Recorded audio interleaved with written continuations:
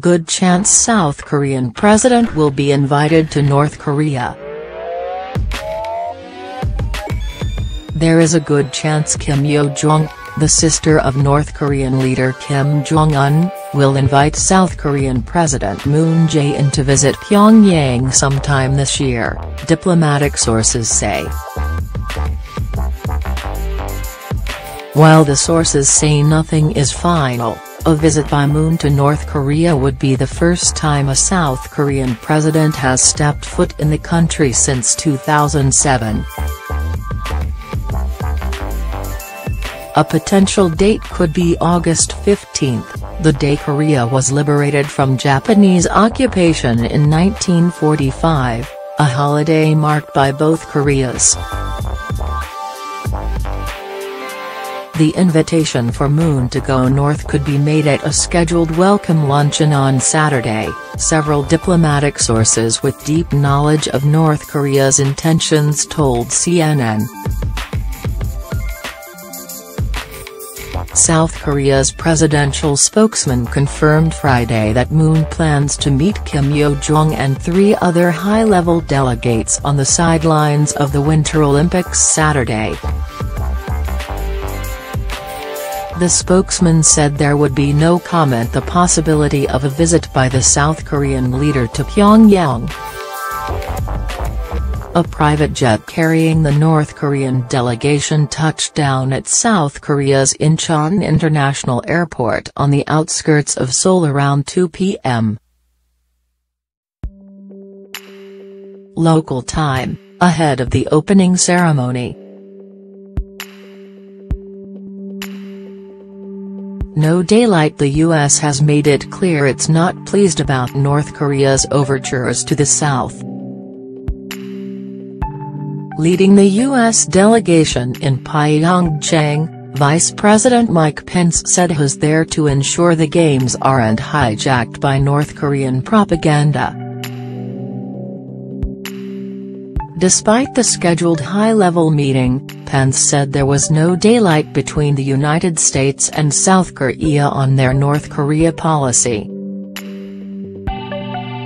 "We don't want to repeat the mistakes of the past.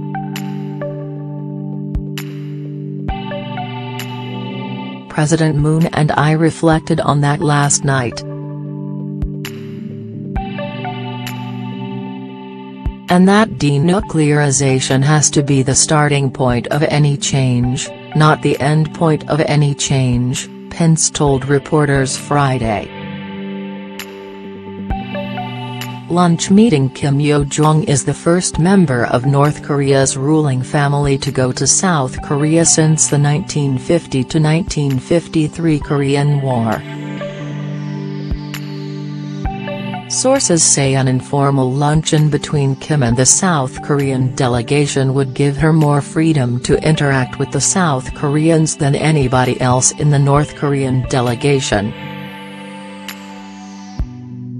Hosting an informal lunch for the high-level North Korean delegation avoids any protocol format where only one main speaker has a voice.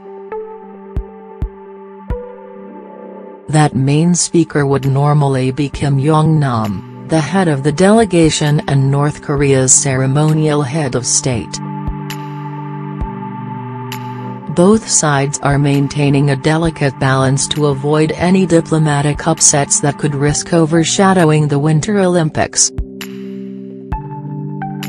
Military parade. On the eve of the Games, North Korea staged a parade involving thousands of soldiers marching in unison, planes soaring above and 4 of Pyongyang's newest and most sophisticated missiles, the Hwasong-15.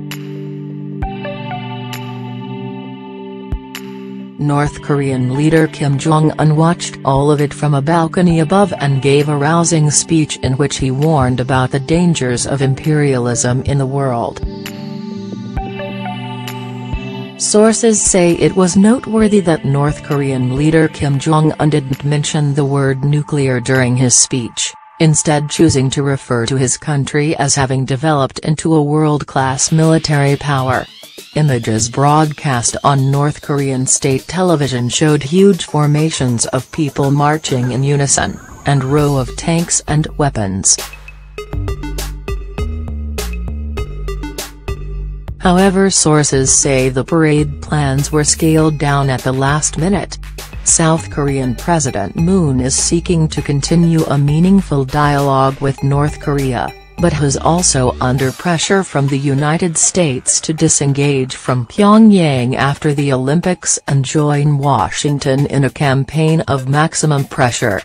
Sources said an invitation for Moon to visit North Korea may be a continuation of Pyongyang's efforts to drive a wedge between Seoul and Washington.